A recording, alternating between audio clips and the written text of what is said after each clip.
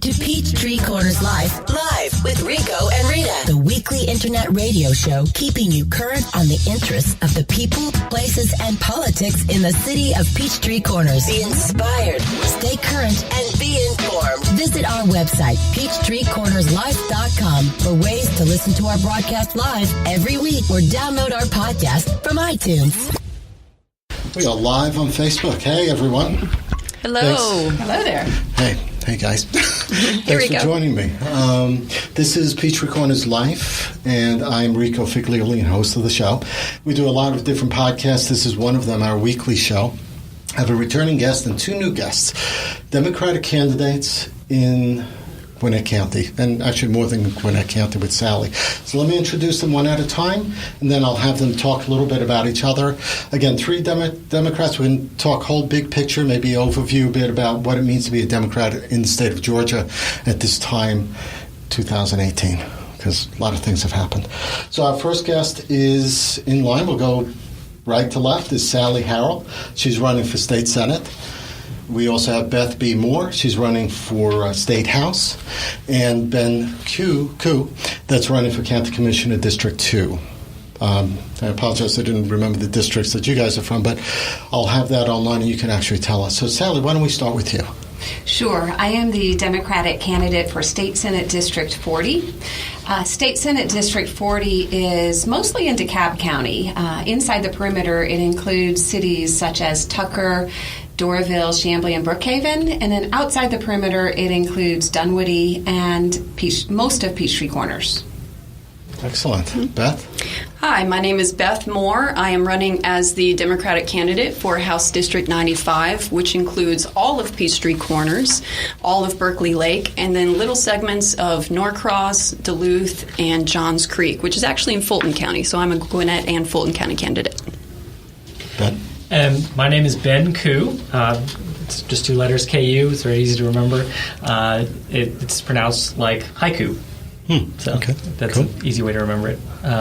But I'm running for Gwinnett County Commissioner District 2, which covers Peachtree Corners, Norcross, Berkeley Lake, Lilburn, Tucker, and all that unincorporated Gwinnett around Jimmy Carter. Now, it's interesting because all three candidates are running against an incumbent. So none of these seats are open. And it's a tough run. I've been in politics. I've run campaigns, and the thing they pound into you, it's always by the numbers. If the numbers aren't there, it's tough to make that win, and you really have to work hard. I've seen very few candidates be able to do that, and the amount of door-to-door activity that has to be done in certain campaigns can be problematic depending on the size of the district. But what I want to get into is why you think... everyone's talking about the blue wave, Democrats running. The state of Georgia is a little different, and Sally knows a bit about this because it was a blue state at one point and changed dramatically, and it's a bit different now. So why, Sally, do you think Democrats have a chance this year, besides maybe the obvious of the Trump in the room? So tell me why you think Democrats might have that. Well, I think that people are upset that our government has not been responsive to certain issues that affect them personally. That usually is what draws people into politics, when it affects them personally. Right. And so people are upset that our public schools have not been funded. They're upset when they have members of their family who have health care issues and it affects their pocketbooks. They get upset when they get stuck in traffic and they're sitting there on the roads instead of spending time with their families. So you've seen a surge of people get involved in politics, and you've certainly seen a surge of women getting involved in politics. So beyond that just kind of natural interest because of a personal effect, then you can look at the individual data for certain districts and see that there are some data trends changing, particularly in North DeKalb County, where these areas are getting more diverse, and as they get more diverse, the numbers get a little bit more on our side, and that is certainly the case in these districts that are represented here today. And Gwinnett County is kind of a different county than the rest of the state because it's majority-minority almost. Well, I think it is. It is. At this point, right. So it's a big, Asian population, African-American, way different. And that's why some of these districts are set the way they are, because to avoid having possibly a Democrat win, it seems. We're not talking necessarily gerrymandering, but certainly people want to stay in power. So you can look at it that way. Beth, how do you feel about it? Because your big part of the district is also Peachtree Corners, and maybe not as diverse, but how do you feel Democrats can win in this district? Yeah, so, you talked about you got to win by the numbers, and I believe that the numbers are on the Democrats' side this time. We saw in 2016, for the first time, that the residents in House District 95 preferred the Democratic presidential candidate over the Republican one. Now, maybe that was a fluke because of the insanity of the 2016 presidential election, but to me, it's a reflection of the changing demographics in this area. We are less than 1 percentage point away from House District 95 being a majority-minority district. But more than that, I do think that, the current climate of politics in this country is also trending towards Democrats because we have seen what, Republican policies have led us to. And you have a lot of upset people out there, just like Sally said. And that includes even a lot of Republicans who do not recognize the current state of their party and are looking for alternatives. And I believe that is what the Georgia Democratic Party represents. None of these two candidates sitting next to me are crazy or super left-wing or extremist. We do not fit the caricature that is often put forward about Democrats. We are reasonable people with reasonable policies, and we like to present ourselves as the alternative here. Okay. Ben Koo, you're son of immigrants? Grandson. Grandson of immigrants, okay. I'm a son of first-generation American myself. My parents came from Italy. Your grandparents from China, I think? Yeah, my father's parents were both from China. Okay. How do you feel that works with the Democratic Party in the state of Georgia? I think the Democratic Party is all about inclusivity and making sure that everybody is represented and looked after. And I think it's not just immigrants, but it's making sure all people, even people with differing views from us, have a voice in government. Typically, like you said, the incumbents are very concerned with maintaining their power, but I think the job is more about representing the people, not about maintaining your own power. And so we have the opportunity now to really have representatives in offices where we can have a voice and we can be represented, and make sure that there is somebody going to bat for we the people. I like that. I mean, Mr. Smith Goes to Washington is one of my favorite movies. And having been involved in politics since I was 17, in Democratic politics, and learning the ropes in Brooklyn, what they call the Democratic machine, I guess, it is a tough campaign. It's a tough slog to get through. I mean, Sally, you were a state rep at one point, so to speak to that a little bit, you have some experience, a little bit more than these two as far as not only running a race, but having won one. Sure. So I ran my first campaign in 1998. I was a little younger then than I am now, but I ran in what was considered a swing district. In other words, a Republican could win or a Democrat could win, and they told me it was the one who worked hardest who would win, and I did win. So I served 3 terms in the Georgia House of Representatives. 4 of those years were when Georgia actually was a blue state. That was when Roy Barnes was governor from 1998 to 2002. And then I saw the shift begin when Sonny Perdue won his election to governor in 2004. And I saw that shift starting to happen in Georgia. So I bring that experience with me and that connection to what Georgia was like and what our policies were like when we were run by Democrats. It wasn't that long ago. It's only been less than 15 years since Georgia was a blue state, and it was blue for the entire state's history. Ben, when you're running and you're going door to door, I mean, what do you see? What's the impression you're getting from the constituents you go to? I'm hearing a lot that people, again, they feel ignored. They don't feel like they are being represented. They try to reach out to the representatives, and they either get a form letter back or no response at all.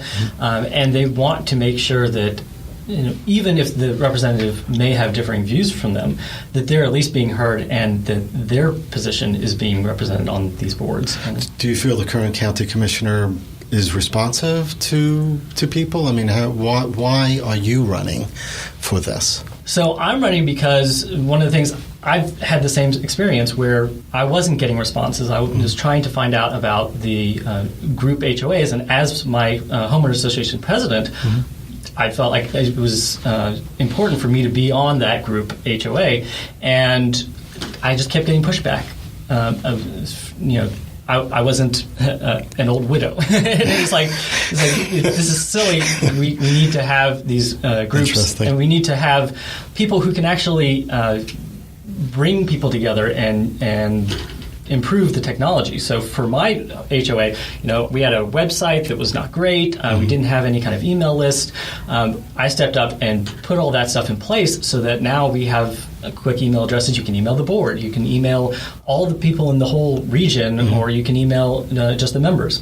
And so it's really fostered our community and our safety, and that's something I want to see with other organizations. I want to grow and make sure that all of Gwinnett has that kind of attention and representation. More transparency, I'm assuming.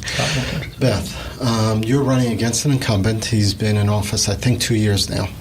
Because of resignation. Tom Rice's old seat. What do you think you can do better or different than what's going on with the incumbent right now? Well, I want to focus more on what I plan to do when I get down to the That's legislature. One of the most common concerns that I hear when I go door to door and talk to people, whether it's Democrat, Republican, or independent, or somebody who's new to politics, they all say the same thing, which is that healthcare is out of control.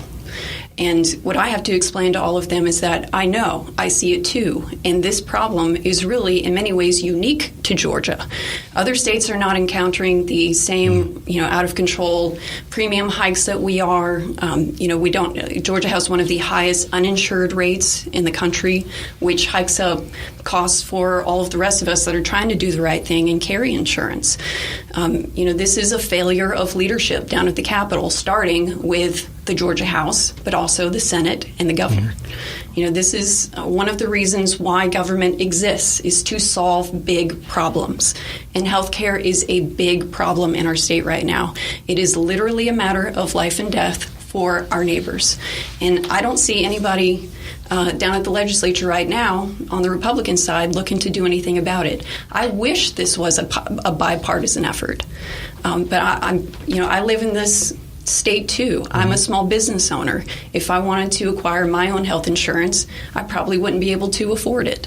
And there are anywhere between 250,000 to 500,000 Georgians that are suffering. And I can't turn my back on those people.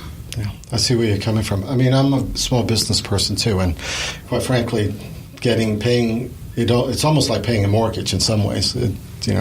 So I get where you're coming from, and you don't get much of a help with the deductions and all that stuff. And then you have to be in network, and God forbid something happens, like what happened with my daughter near her college. She had to go to the ER. Wasn't in network. The tests they did were not in network. I had to pay 100% of that. So I get that, and it's tough for any parent to have to do that because you can't make that choice. You have to say yes, just do it. We're here, just get it done, and we'll take care of it whichever way it goes. So I get that. Sally, what's important to you? What do you think you want to bring across to the voters?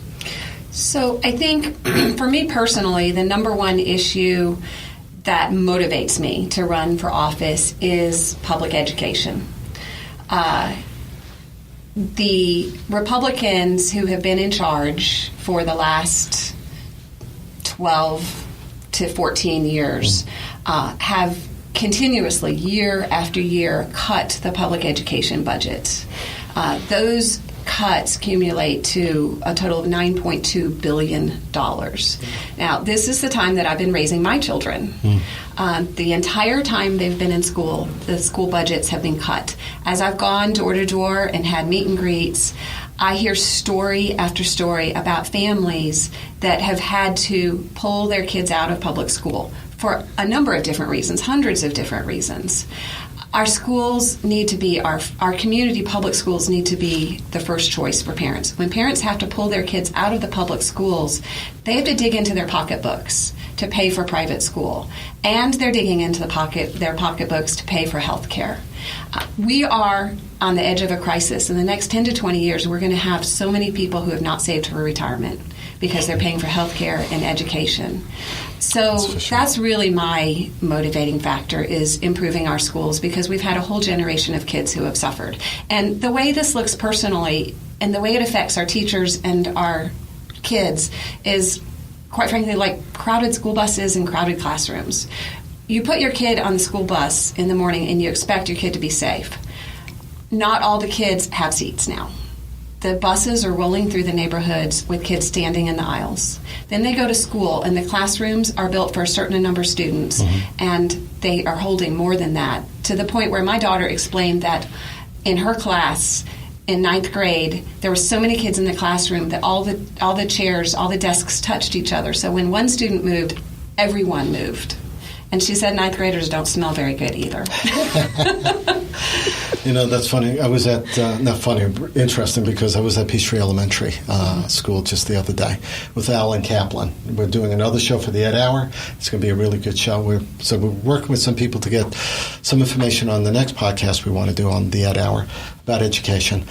And they were 1,800 students at one point. Overcrowded, way overcrowded. Now there are about 1,000 students, so it's really odd the way it swung that particular school. But that doesn't mean the issues don't affect them, like kids that might be homeless, or kids that are living multiple up in an apartment or a house that could be considered homeless and aren't, or kids that are challenged in other ways. So there's a lot of resources that the county has to put to this.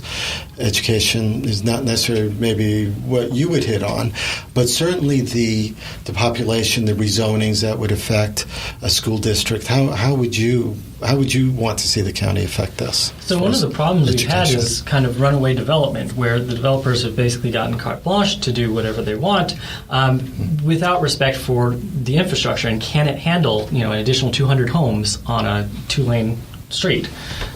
We need to make sure that we have responsible growth and development that invests in our infrastructure, because that's really what's going to keep Gwinnett as a leader in the area. Do you believe investing in the infrastructure ahead of development, or let development go first and then get into it? I think it needs to be concurrent. Ideally, it would have been ahead. If we had done stuff like invested in MARTA 10 years ago, that would have been great. But we're at the point now where we are at these huge crunches because of the inaction of the last 10 years. And so right now, we don't have the option of investing in infrastructure ahead of development, so we need to invest with development. True. Thank you for the listeners that are showing up and asking questions. I will get to some of them as we go through it, so I might jump back and forth on issues just to get to some of these questions. Beth, so with the State House, State House, you can affect, like I saw one piece of legislation run through the House, and I think got signed. I'm not sure if it did or not. I think that's where it was heading. And that was stopping counties from barring wood as being banned on anything higher than 2 or 3 stories. I think that was the gist of it. I don't know the exact details of it, but it was actually removing the county's ability to do that type of ban on development. How do you see the State House not only affecting the state of Georgia, but affecting local communities? We talked about local communities, everything's down to the street level, if you will. How do you see the county affecting that in some ways, especially in development, let's say along those lines? Keep that going. Sure. There are county delegations down at the State House, that have, a voice in things that happen at the county level. But I'll tell you the same thing I tell a lot of people that I talk to, because when you talk to a lot of people, you find out that not everybody lives in the district. And I tell them, look, even though you may not live in House District 95, there's not a single bill that I would be voting on that only affects people in House District 95. Think of it as if you live in the state of Georgia, you have 180 House representatives. It just so happens you only get to impact the election of one. But that's really how I look at it. Yes, this is my community. I'm going to make sure that, I represent my community, do what's best for my community. But Peachtree Corners, Norcross, Duluth, Berkeley Lake, we are part of a larger ecosystem. And, I wouldn't do anything that would negatively impact any of the surrounding communities. Okay. Sally, State Senate, larger area, covering a lot more area, diverse areas also, both economically and otherwise. What do you see as the main issues for the State Senate that they've been taking up that you would do different? Or that you would continue? Maybe it didn't succeed, because there's all sorts of bills that come through, and it's a 2-year cycle. So even though it doesn't get passed this year, it might get passed next year or be looked at again. What issues there that you would like to resuscitate, maybe? Sure. So I've been watching the legislature, since I left, and I see a lot of time being spent on issues that aren't relevant to people's everyday lives. Some of the religious liberty legislation has taken up a lot of time. Where and when we carry guns has taken up a lot of time. And that's time lost for the important issues that do affect people every day, like where their children go to school and what their commute looks like and whether or not they can get the health care that they need. This past session was interesting to watch the Senate because these bills dominated the Senate this year. We had bills that were very counter to the values that I carry that came up for debate in the Senate, such as restricting early voting hours,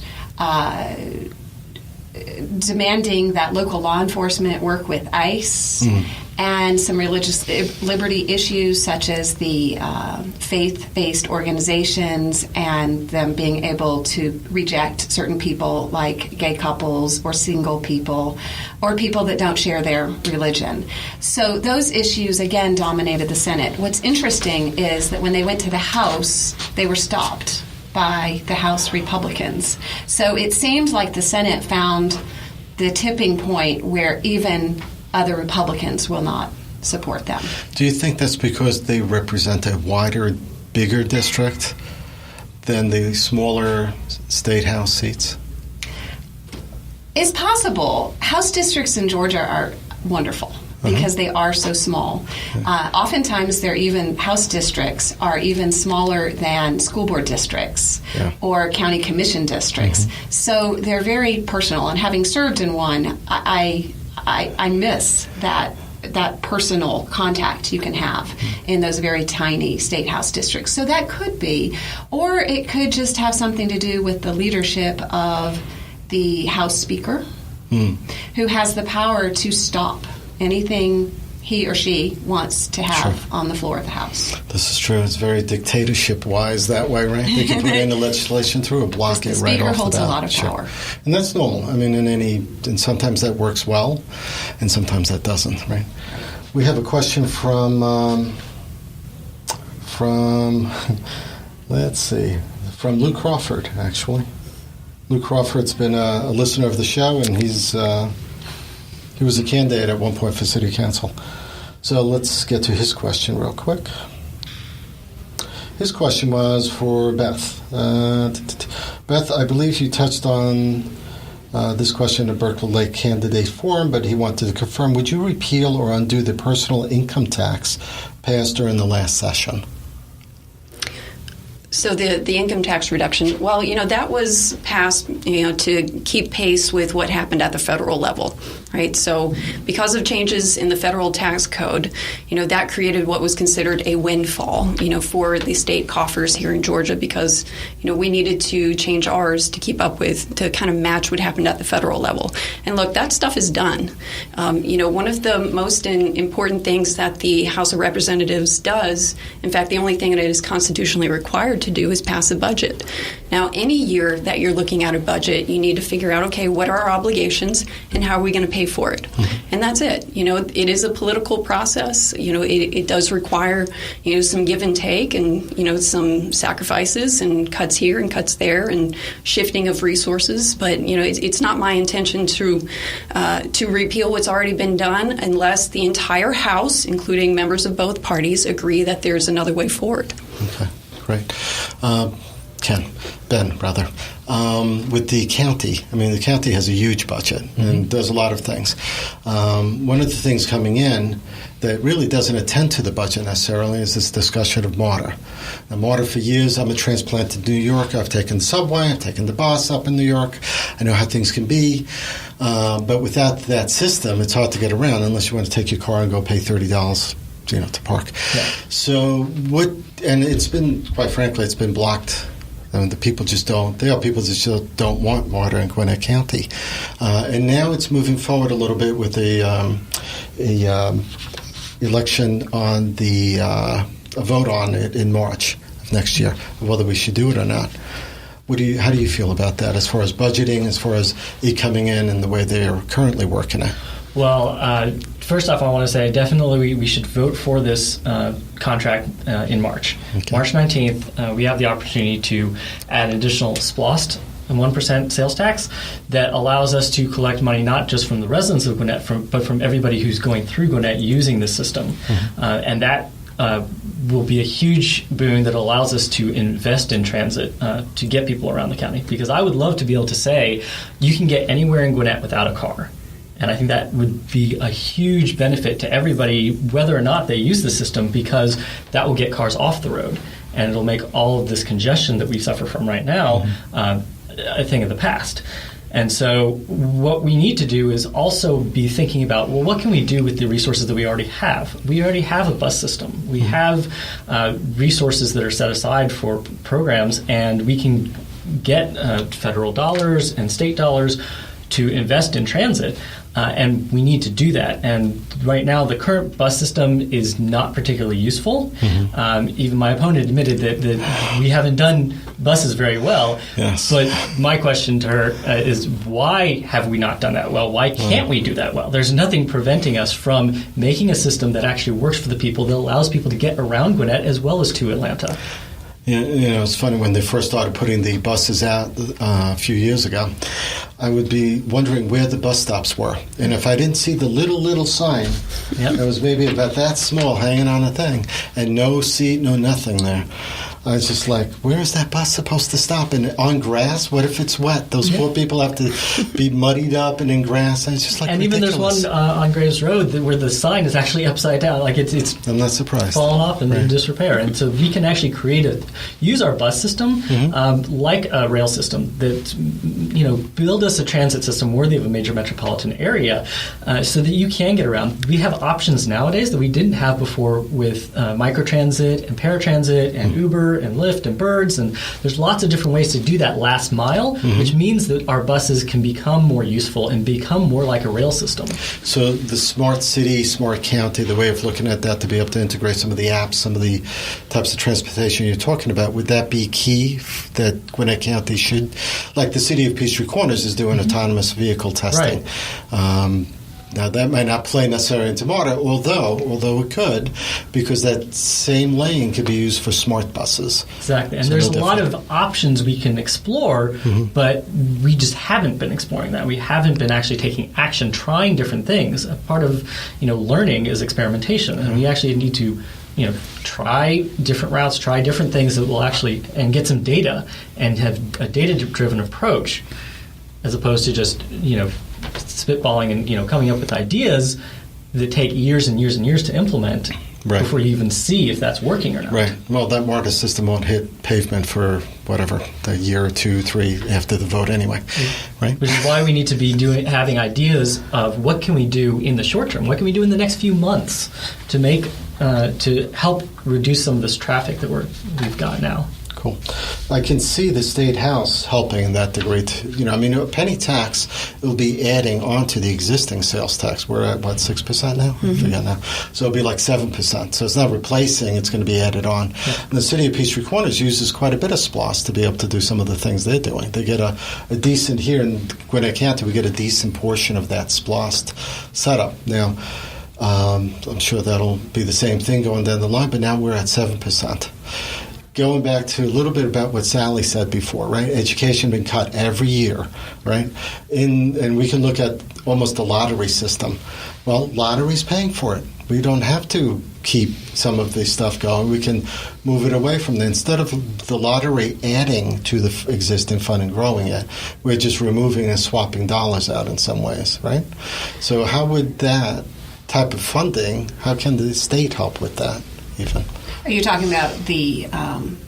talking about how the state works with money.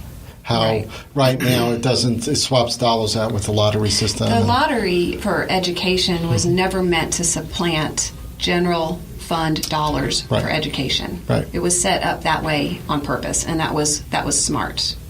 So we should not be using lottery money for basic educational needs. We should be using those for the extras. I agree with you. And then that's how they were able to pass the lottery system, because it was supposed to be on top of what was being spent. But that's not always the case. So now we're looking at SPLOST coming in for a 1% increase, and where MARTA funds might have been maybe out of the general funds, maybe not, might have been budgeted differently. How do we look at the future of the state of Georgia under a Democratic Party or Democrat and Republicans working it together? How, moving forward, can we fund things that we know we need? We need better education, but not everyone wants to pay more tax. The 1%, I can see, it's not a lot, and it's a finite amount of time that you're doing that for. But how do we do this moving forward? How do you budget stuff like this without raising taxes and, cutting other things maybe? Well, I would say I have had 25 meet and greets in Senate District 40, and I have 12 more to go. I've talked to a lot of people, and I haven't run up against anyone who isn't willing to pay a penny sales tax to upgrade our MARTA system. I live in DeKalb County. Our MARTA system has been neglected. You are absolutely right. To wait for a MARTA bus, you have to stand in very tall, probably tick-infested grass. Could be. Then when you get to the parking lot, or if you want to skip the bus ride and park, you have to get up so early in the morning to get a parking space that the train stations are unusable for a lot of people. So my experience has been that people are ready to do this. When we live in a polarized time, and I find it helpful to look to values when you live in polarized times. So I have 3 core values that I bring with me, that I talk about, that guide my decisions. And the last value has to do with the greater good. That sometimes it's important to look beyond your own needs, or even the needs of your own family, or even the needs of your own community, to the needs of to the greater good. And I believe that's where public transportation fits. I talk to a lot of people at my meet and greet who are not going to use public transportation, but they still feel like it's the right thing to do, because we have to do it for our future, and we have to do it for our young people. I have teenagers. People complain all the time, teenagers don't want to learn how to drive. Well, the flip side, the good side of that is that they are less dependent on cars than we older people are. They're happy to live without a car. They can use Lyft. They can use public transportation. Yes. I've heard the most popular place that a Lyft is taken to is the MARTA train station. Yeah. So they're doing it already. It is our responsibility to build that infrastructure for their future. I can see where you're going. I have 3 kids, and one of them's commuting to MARTA. I think Ben knows one of them because he just did a journalism project, and Ben was, thank you, Ben, by the way, for helping with that interview. It was on MARTA. He got a good grade. He got the best grade in the class, actually, on that one. So I'm happy for him.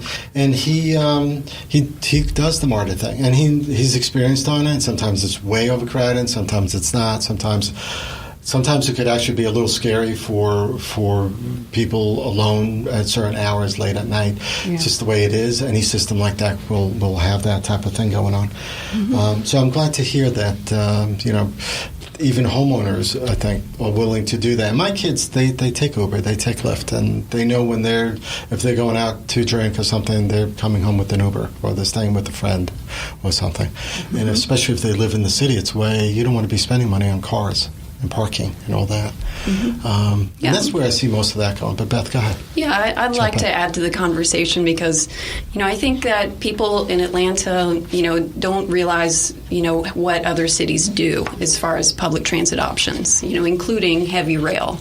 Anybody who's been to New York or Boston or Washington, D.C. knows that the public transit system is really, kind of embedded in the fabric of life in those cities.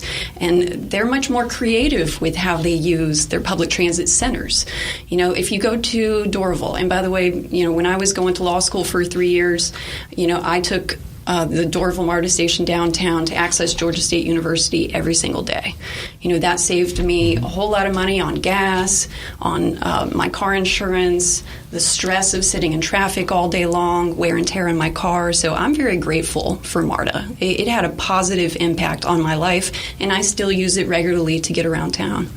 But if you've ever been there, you'll notice it's a little barren. Yeah. It's kind of like in no man's land. Yeah.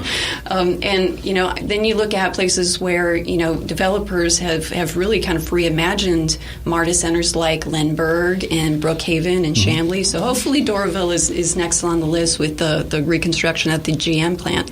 But imagine being able to go to the Dorville MARTA station, and meeting your friend for dinner because there's a restaurant on the premises, or being able to, use it to buy your groceries before you get on the bus to go home.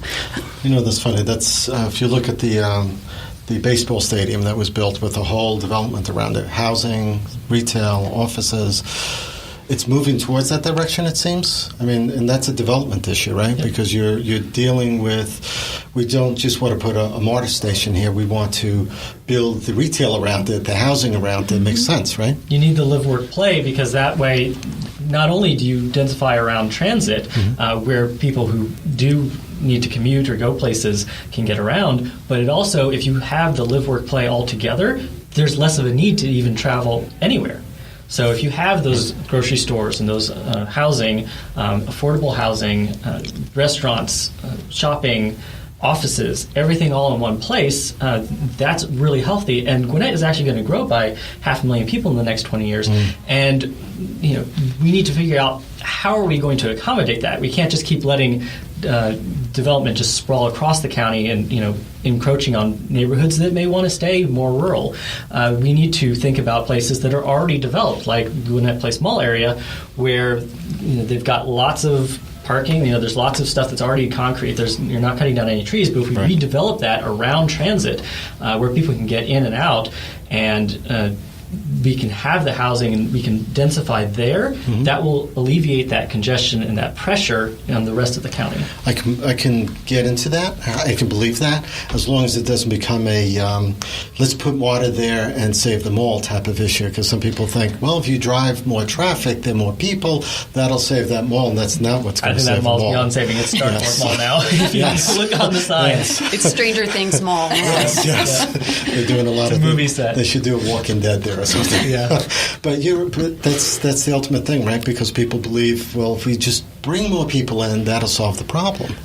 But it will also help the businesses around here. If the businesses want access to transit, because that not only brings jobs and it brings customers, but it helps everybody's bottom line, and it brings money into the county, so that we can invest more. That 1% tax. Exactly. That tax then gets charged on other people instead of necessarily the burden falling on the residents. Interesting. Good. Environment. That's always an issue, whether it becomes a development issue and you're taking 100 acres of land, turning it into 1,000 homes, or you're looking at the river system, the lawsuit between, Florida, Alabama, and Georgia, and who has the right to that water down the stream? Does Coca-Cola get to use whatever they want? Does, whatever it is? how do we deal with the environment? I mean, that's a big issue too. We don't want to be poisoning ourselves. God knows all the runoff in the streams from insecticides, from pesticides, from cows and chickens, from farms. I mean, there's all that. How do we control some of that? Sally? I'm glad you brought that up because really none of these things matter. Education, transportation, healthcare, they don't matter if we don't get climate control, if we don't get that under control. And this is, again, I speak to children. My children bring this up to me all the time because they're literally afraid of what's going to happen in their lifetimes. I recently learned that in addition to the education budget being underfunded and cut year after year, the Environmental Protection Division for Georgia has also been cut, so that we are to the point where we have fewer EPD workers across the state to respond in case there's an emergency. So that needs to be a priority when we go back to the legislature. It's hard to break down what you can do for the environment at a state level, at a local level, at a state level, even at a federal level, when saving the environment is really a world issue. But like everything, we all have to do our part. And so funding the Environmental Protection Division in Georgia is part of that, as well as actually transportation is part of that. Because when you have traffic congestion, all those exhaust pipes are pumping those fumes out into the atmosphere. So that has to be dealt with at a local level. And I can see the funding being an issue because it's less likely that you'll see environmental legislation overturned and more likely to see less funding for the people that inspect those places. That's the easiest route for anyone that just doesn't want to deal with the environment. There's just less fund the people that have to actually do the investigation, the reporting on it, and leave the laws alone because this way they're not looked at as anti-environment, right? That they're doing bad things maybe. The equality issue. Let's not ignore. Let's talk a little bit about what's been going on lately now on the national basis, because we have two women here in the room that are running for office, 2 out of the 3, a minority, if I may, and so I'm the old white guy. Okay, where it's a huge thing coming this year. It's like a wave, but will this wave become a ripple or a tsunami? My fear is, and some of my friends know I'm not a diehard Republican. I'm not crazy about Trump, although I like the stirring of the pot. I can pick and choose what he's done well and what he can do way better and maybe not do at all. But will this be a tsunami, or will this be, we have 4 weeks, will this be a ripple effect? Because if it's not the blue wave, then that may be a problem later down the line, right? That might ensure people will say, well, we're doing well, let's keep doing the same thing. Any thoughts? Anyone? That's a tough one. I'm very proud to join the thousands of first-time candidates all over the country that have seen what has happened since the 2016 election and are not happy about it and are saying we can do better. And many of these first-time candidates are women. The Georgia legislature is horrifically underrepresented with women, right? We represent, I think, 23% of the Georgia State House when we actually represent 51% of the population. And now that I'm running, I can get it. I can get why, people don't run. It's a lot of work. You kind of have to sacrifice, your day job if you have one. Bless anybody who runs if they've got children to take care of. I mean, it's a lot. It's a lot to do. But for me, it's worth it. It's worth it because, I myself, as a woman, don't have a whole lot of people I can look to down at the legislature. Yeah, there are really great women who have office down there, but we could use a few more. Now, I would never ask somebody to vote for me solely because I'm a woman. So there are plenty of women running who I wouldn't vote for. But I do think it is a nice little feature. And I would tell, anybody, especially the Republicans out there watching, if you're concerned about the direction of your party, do what Steve Schmidt recommended. He said, if you want to save the Republican Party, vote for Democrats. That's funny. Most people don't know the Southern Democrats became the new Republicans later, I guess, right? Because they were conservative to a degree. So it shifted a little bit during the 60s and 70s a little bit. But part of like what you were saying is that we need that diversity in our representation. Like you were saying, you can pick and choose things that people have done, and you might agree with that. But if you don't have any different ideas or different conversations, or if the people aren't being represented, that's a problem. Our county commission hasn't had a Democrat on the board in over 30 years, so it's not that I think that they should all be Democrats, but we need to be having somebody who brings up that counterpoint, who actually talks about, well, what if there's another idea, and we can actually create ideas that are better by having that discussion and working together than anybody could have on their own. You know, what's interesting, when I was a planning commissioner in Gwinnett County, the commissioner that appointed me, we discussed politics. The urbanization of this part of the county was coming. We all knew that. And it wasn't a surprise because, of the population shift and stuff, and that this district actually, the way it stands now, will probably be more democratic and continue to trend that way. But but it's funny too, because there were a lot of Republicans that people were saying, well, you're just a Republican name only. So it's a shifting of who's a Republican, because you have to be Republican to win the seat, or you have to be a Democrat later to win the seat. So, my fear is, going back to what Sally said, you have to have some core beliefs, right? And you have something that drives you and that stays firm to a degree, right? That there's a benchmark, and that line hopefully doesn't move. That's the problem with morality in some ways, or in a core belief. You want to make sure it doesn't move, right?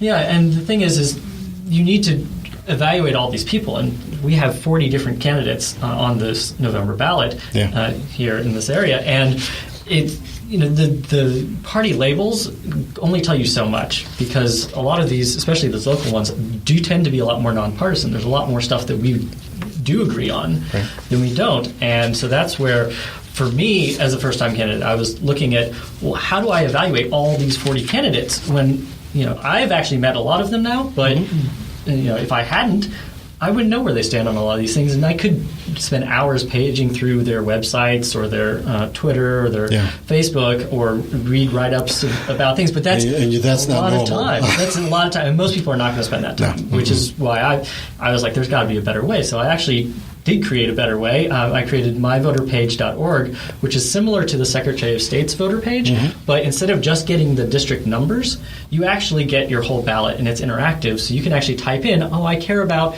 transit, or I care about the environment, or I care about property taxes, and it'll actually go through the whole ballot, all the candidates, and highlight which of the candidates also share your values. So you can actually vote based on issues as opposed to just voting on a party line.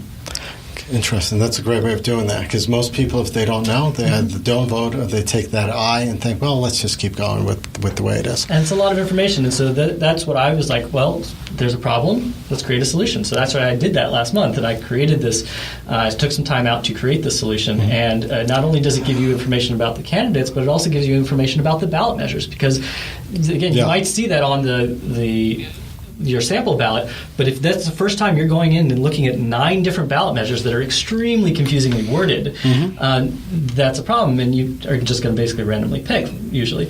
But if you can spend a few seconds and read up articles about them, or see what does it mean to vote yes, what does it mean to vote no. Or even get a plain language. Exactly, have it translated essentially into normal the rest of the people can understand with a high school education, maybe, right? Right, yeah. Yeah, it's a tough thing, because some of those are resolutions, right? So because of the way legally it's worded, it's like, well, it could mean this or it could mean that, but if you don't know, you don't know, right? Exactly.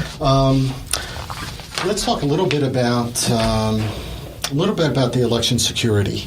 In the state of Georgia, when it shifted to screen-based, no paper ballot, no receipt, I was like, now how do you do a recount? You can't recount. You can't. Right. You can only recount the count on the back of that screen, which, by the way, could have been hacked, and we know this because there was a hacking event that happened in the state of Georgia through the election system.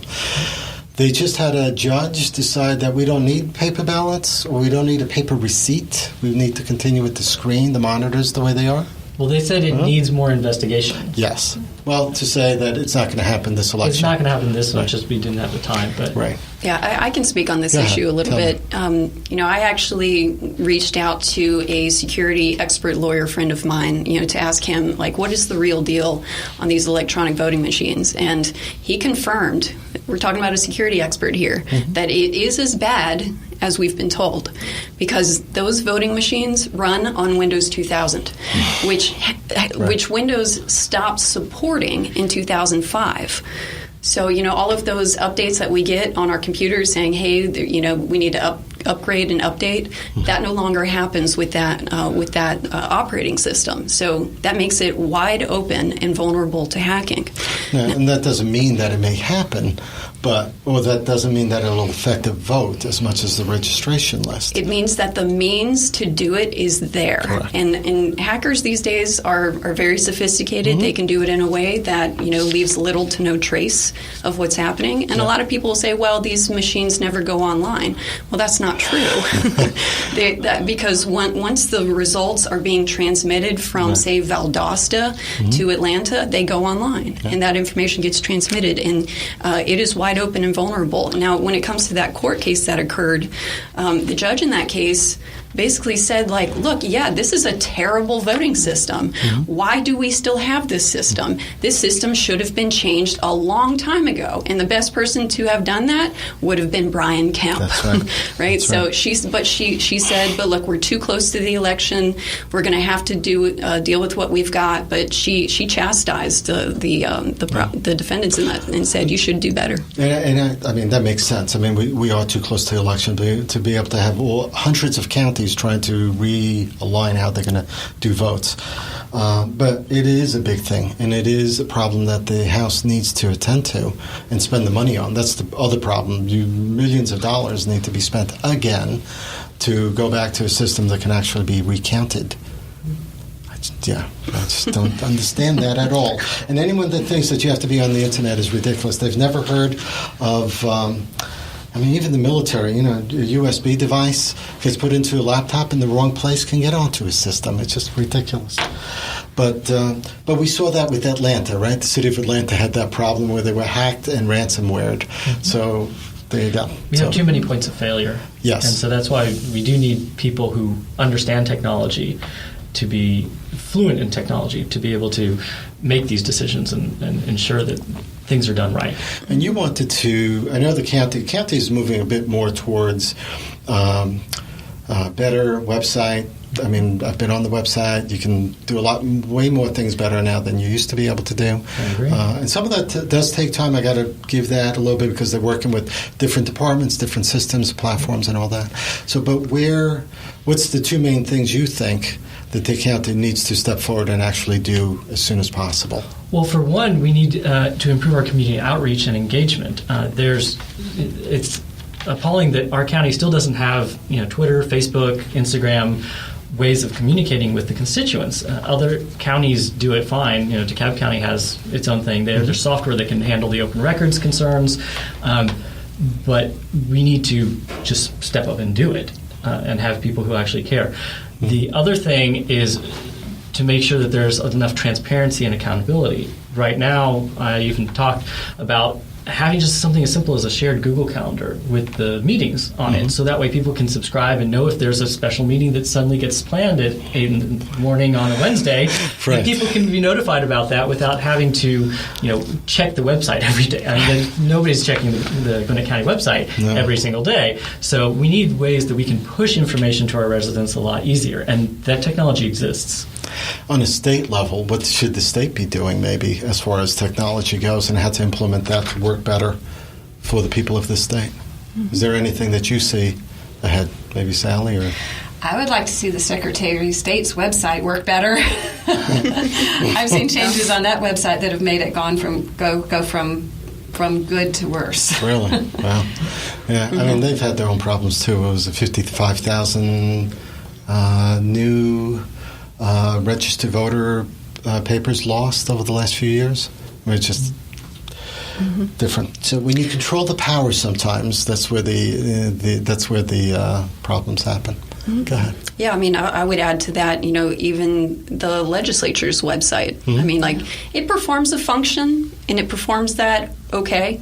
But if you look at it, it does look like it was created back in the 1990s. It was. Yeah.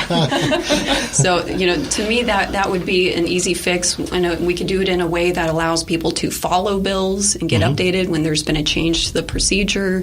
People may be able to give more immediate feedback to their representatives. And, I think that we could make it a more interactive and more dynamic website. Excellent. We are towards the end of the hour right now. It's gone fast or slow. I don't know how you feel about it, because sometimes it does go fast.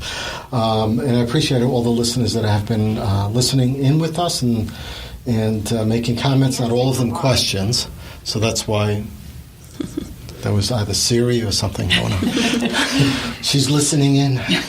So what I'd like you to do is, each of you, let's start with Ben, give us your 2-minute commercial, if you will, of why people should vote for you, where they can find information on you. Go ahead.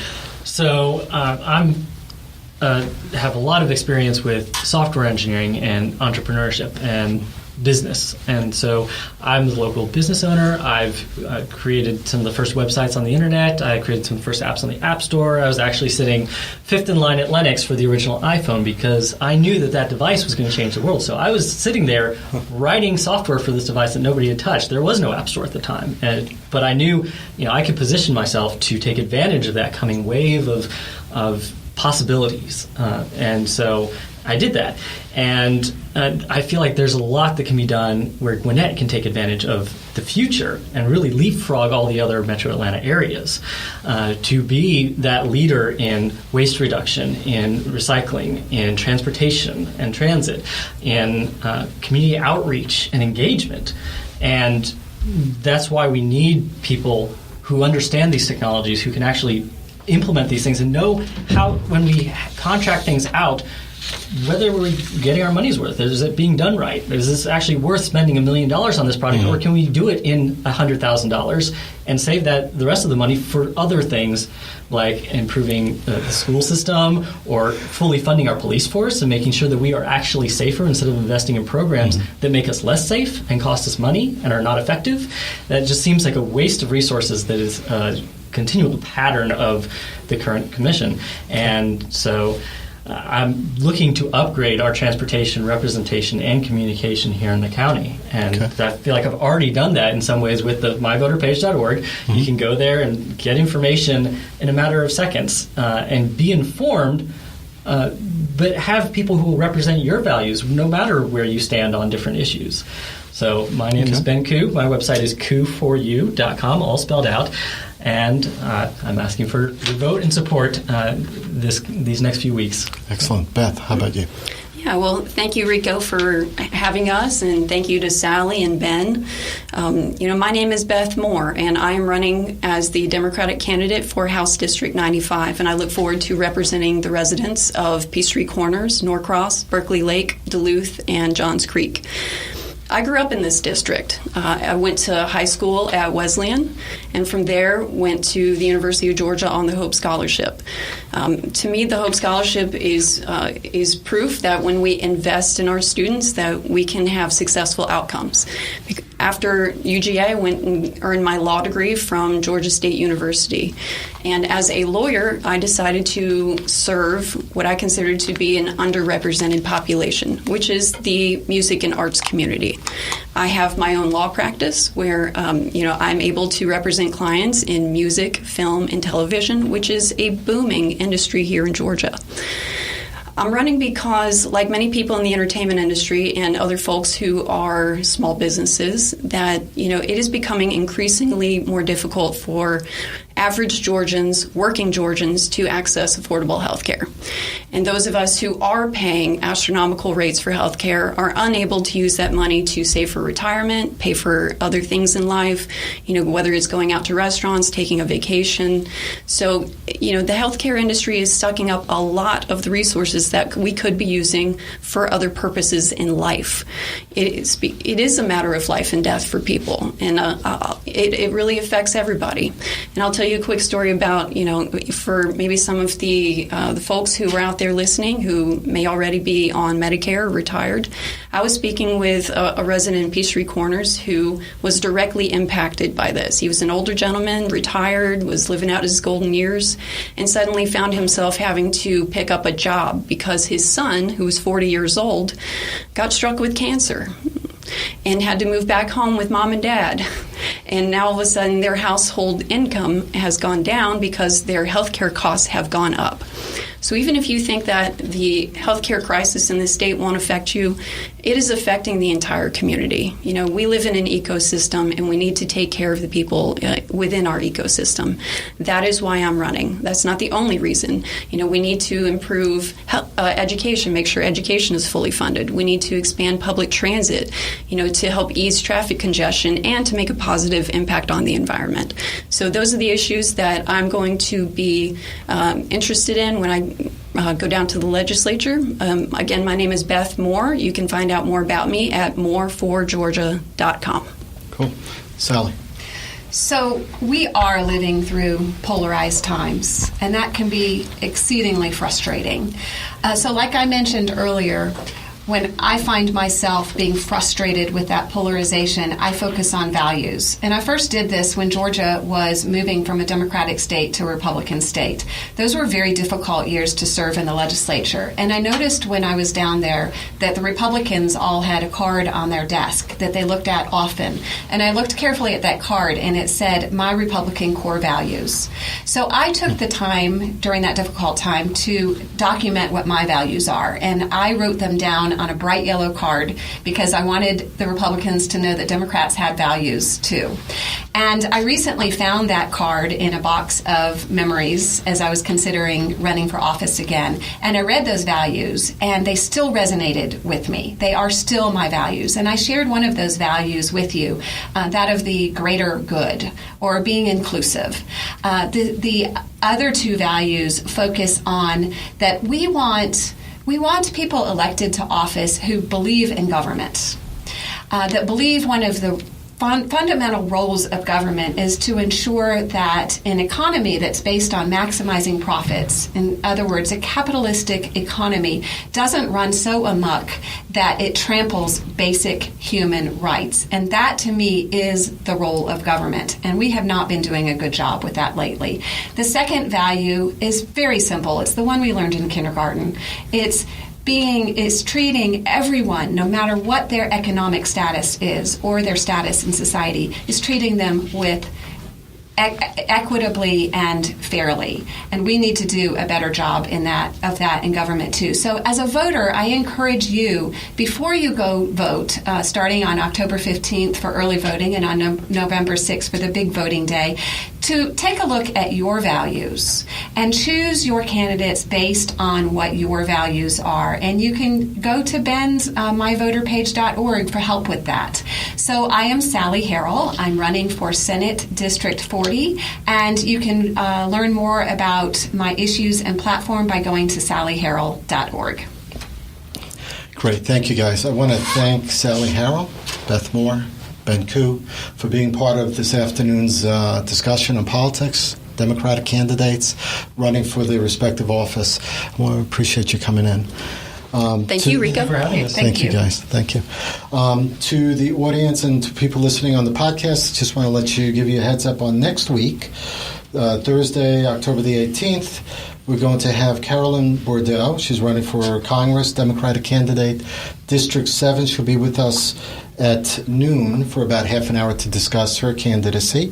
And then right after that, we'll be doing the Ed Hour, which we're working on education issues for that hour. And then I will be posting another podcast and probably doing it live on Facebook as well with two students from Gwinnett School of Mathematics, Science, and Technology. They came up with a great idea to do Taste of Gwinnett, raising money for Relay for Life. So that's going to be an interesting discussion with them, and that's at 3:30, that live Facebook feed, most likely. So just want to give you a heads up. Thank you again, everyone. Appreciate it. Thank you. Thank you. Bye. Thanks for listening to Peachtree Corners Live with Rico and Rita. Check out our Facebook page. Download the Spreaker radio app for Apple, Android, and Windows devices, and subscribe to our weekly newsletter at PeachtreeCornersLive.com.